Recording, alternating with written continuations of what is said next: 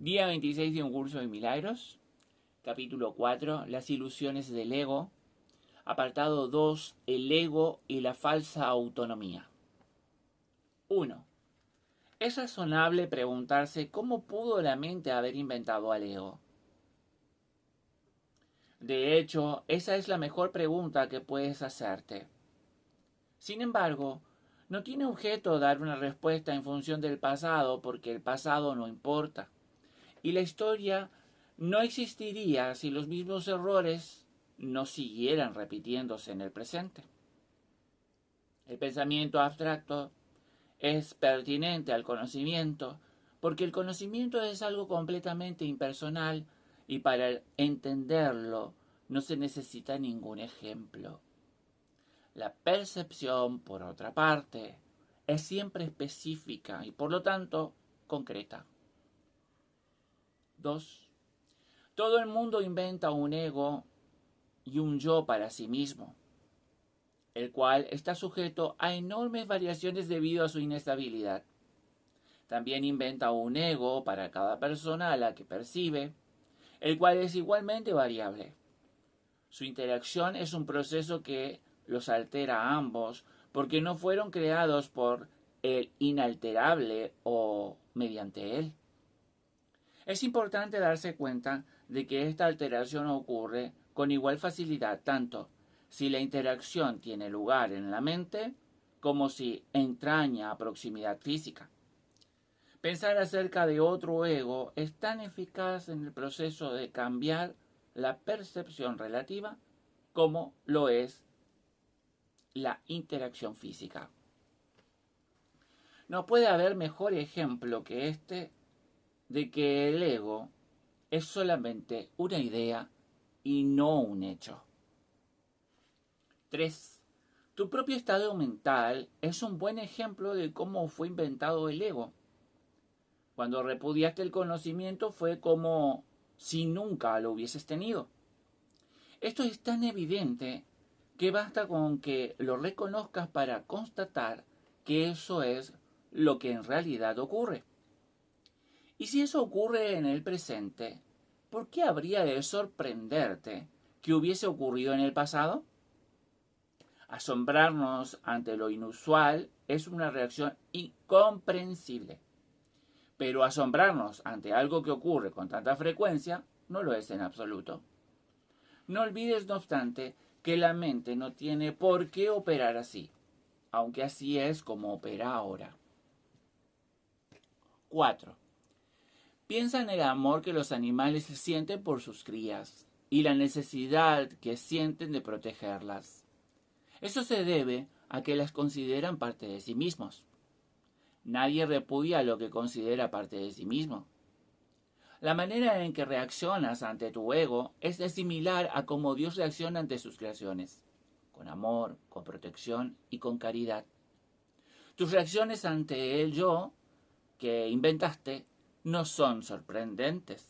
De hecho, son muy similares a la forma en que algún día reaccionarás ante tus creaciones reales, las cuales son tan eternas como tú.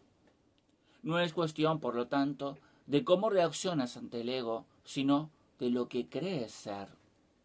Creer es una función del ego y mientras tu origen siga sujeto a interpretaciones, lo seguirás viendo desde el punto de vista del ego. Cuando el aprendizaje deje de ser necesario, simplemente conocerás a Dios. La creencia de que hay otra forma de percibir es la idea más sublime de que es capaz del pensamiento del ego. Esto se debe a dichas ideas reconoce, aunque sea mínimamente, que el ego no es el ser. 5. Socavar el sistema de pensamiento del ego no puede sino percibirse como un proceso doloroso, aunque no hay nada que esté más lejos de la verdad.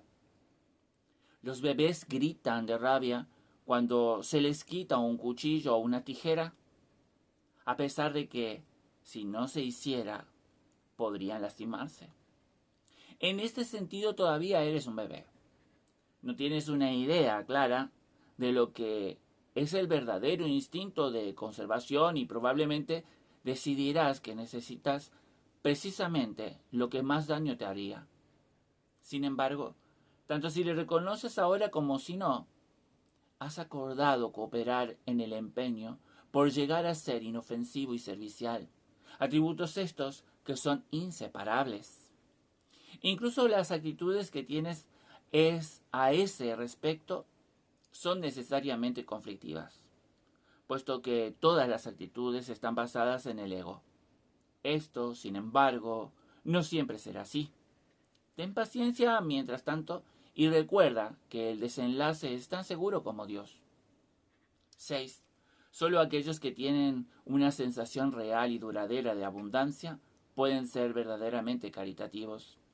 Esto resulta obvio cuando consideras lo que realmente quiere decir ser caritativo. Para el ego, dar cualquier cosa significa tener el sacrificio. Para el ego, dar cualquier cosa significa tener que privarse de ello. Cuando asocias el acto de dar con el sacrificio, das solamente porque crees que de alguna forma vas a obtener algo mejor y puedes, por lo tanto, prescindir de las cosas que das. Dar para obtener es una ley ineludible del ego que siempre se evalúa a sí mismo en función de otros egos. Por lo tanto, está siempre obsesionado con la idea de la escasez, que es la creencia que le dio origen. Su percepción de otros egos como entes reales no es más que un intento de convencerse a sí mismo de que él es real. El amor propio, desde el punto de vista del ego, no significa otra cosa que el ego se ha engañado a sí mismo creyendo que es real y por lo tanto está temporalmente menos inclinado a despertar. Ese amor propio es siempre vulnerable a experimentar tensión. Término que se refiere a cualquier cosa que él perciba como una amenaza a su existencia. 7. El ego vive literalmente a base de comparaciones. La igualdad es algo que está más allá de lo que puede entender y, por lo tanto, le es imposible ser caritativo. Lo que el ego da nunca emana de una sensación de abundancia porque él fue engendrado precisamente como sustituto de esta. Por eso es por lo que el concepto de obtener surgió en un sistema de pensamiento. Los apetitos son mecanismos para obtener que representan las necesidades del ego de ratificarse a sí mismo. Esto es cierto tanto en el caso de los apetitos corporales como en de las llamadas necesidades más elevadas del ego. El origen de los apetitos corporales no es físico. El ego considera el cuerpo como su hogar y trata de satisfacerse a sí mismo a través de él. Pero la idea de que eso es posible es una decisión de la mente, que está completamente confundida acerca de lo que realmente es posible. 8. El ego cree que tiene que valerse por sí mismo para todo, lo cual no es más que otra forma de describir cómo cree que él mismo se originó. Es un estado de tanto temor que lo único que puede hacer es dirigirse a otros egos y tratar de unirse a ellos en un débil intento de identificarse con ellos y atacarlos en una demostración igualmente débil de fuerza. No es libre, no obstante, de poner en tela de juicio la premisa que da lugar a todo eso, pues esa premisa es su base. El ego es la creencia de la mente según la cual él tiene que valerse completamente por sí mismo. Los incesantes esfuerzos que realiza por ganar el reconocimiento del espíritu y establecer así su propia existencia son inútiles. El espíritu en su conocimiento no es consciente del ego, no lo ataca, simplemente no lo puede concebir en absoluto.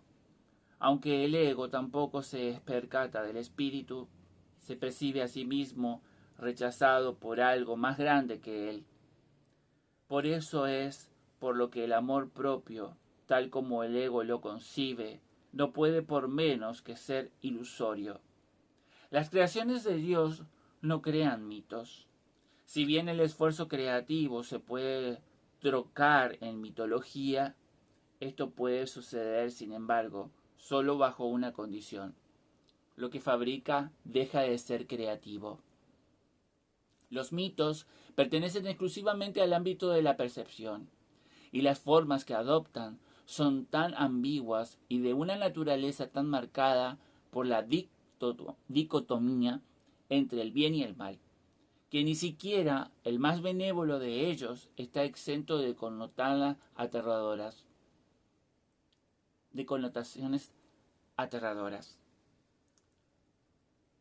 Repito, los mitos pertenecen exclusivamente al ámbito de la percepción, y las formas que adoptan son tan ambiguas y de una naturaleza tan marcada por la dicotomía entre el bien y el mal, que ni siquiera el más benévolo de ellos está exento de connotaciones aterradoras.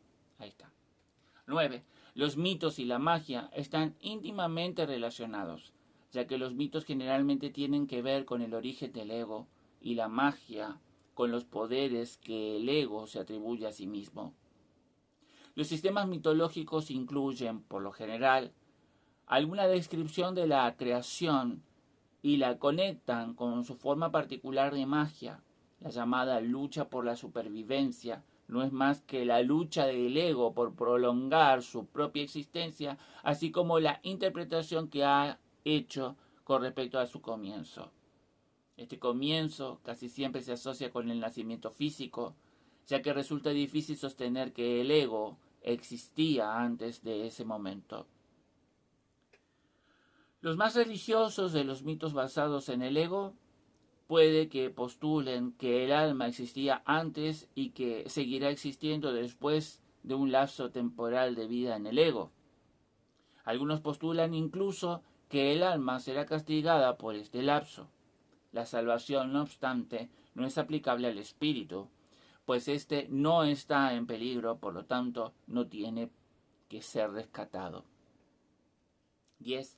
La salvación no es otra cosa que mentalidad recta, que aunque no es la mentalidad uno del Espíritu Santo, se debe alcanzar antes de que la mentalidad uno pueda ser reinstaurada. La mentalidad recta conduce automáticamente al siguiente paso, ya que la percepción correcta está completamente exenta de cualquier forma de ataque. Por lo tanto, la mentalidad errada desaparece.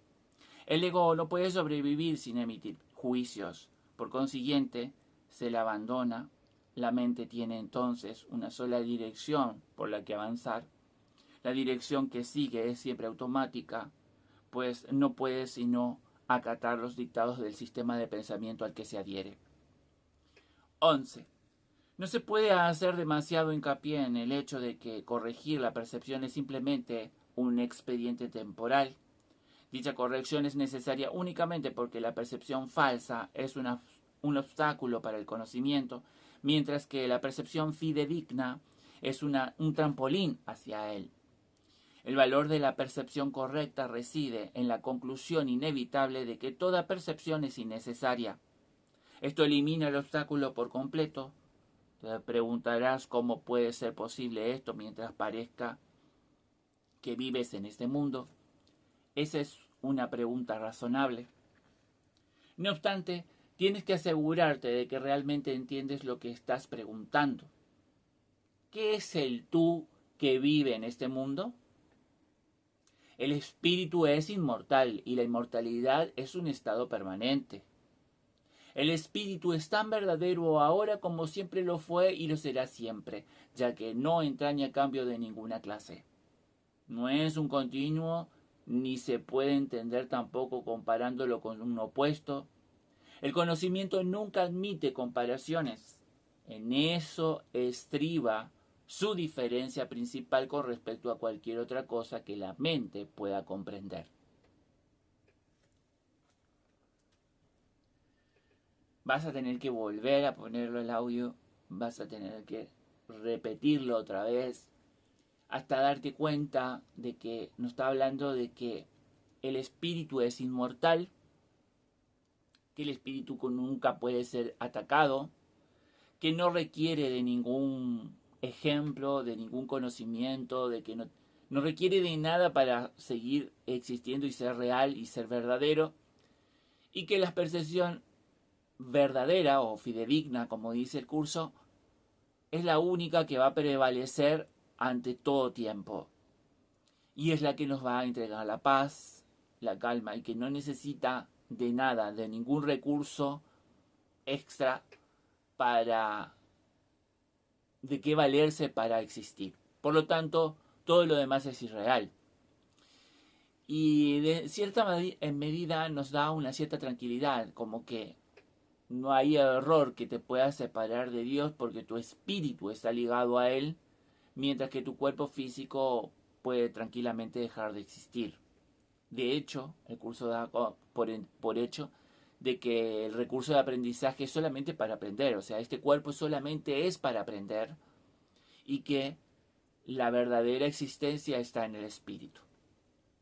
Bueno, espero que lo puedas comprender, es difícil, este capítulo es difícil, pero espero que lo puedas comprender pasito a pasito, repitiendo los conceptos, escuchándolos de vuelta y volviéndolos a ver.